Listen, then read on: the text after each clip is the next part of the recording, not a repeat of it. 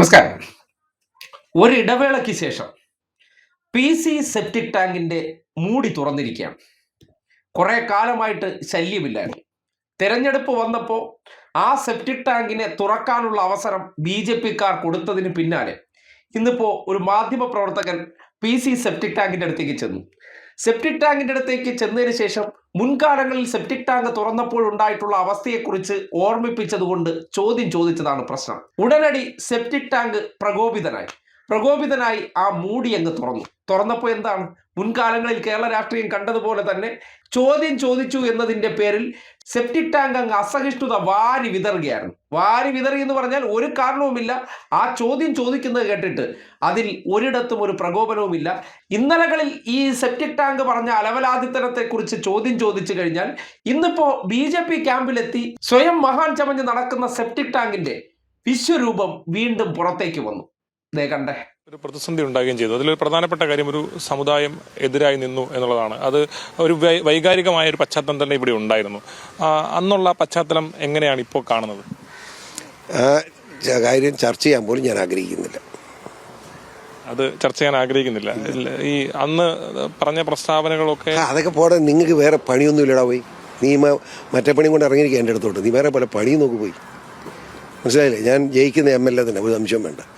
ഞാൻ ഊളത്തരമൊന്നും എന്നോട് ചോദിക്കരുത്. പറഞ്ഞു അങ്ങനെ ഊളത്തരല്ല, അത് ഊളത്തരമാണ്.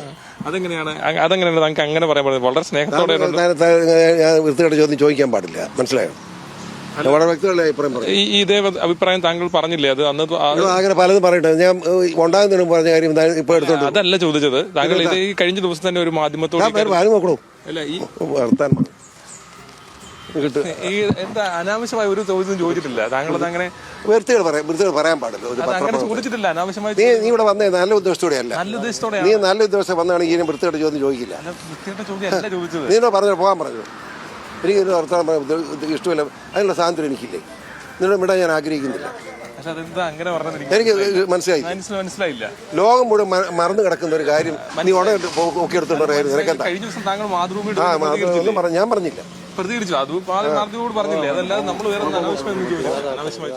ആണോ നീ ചോദ്യം ചോദിക്കാൻ? നീ ഇങ്ങനത്തെ ചോദ്യം ചോദിക്കൂടാ. നിന്റെ ഉദ്ദേശം എനിക്കറിയണം. മറ്റവനെ മറിച്ചവനെ തുടങ്ങിയ ഭാഷകൾ തെരഞ്ഞെടുപ്പ് ആയതുകൊണ്ട് വന്നില്ല. അല്ലെങ്കിൽ വന്നേനെ. ഒരുപക്ഷെ ഒരു വനിതാ റിപ്പോർട്ടറാണ് ആ മൈക്കുമായിട്ട് വന്നിരുന്നെങ്കിൽ അദ്ദേഹത്തിന്റെ സ്വഭാവം നമ്മൾ കണ്ടിട്ടില്ലേ.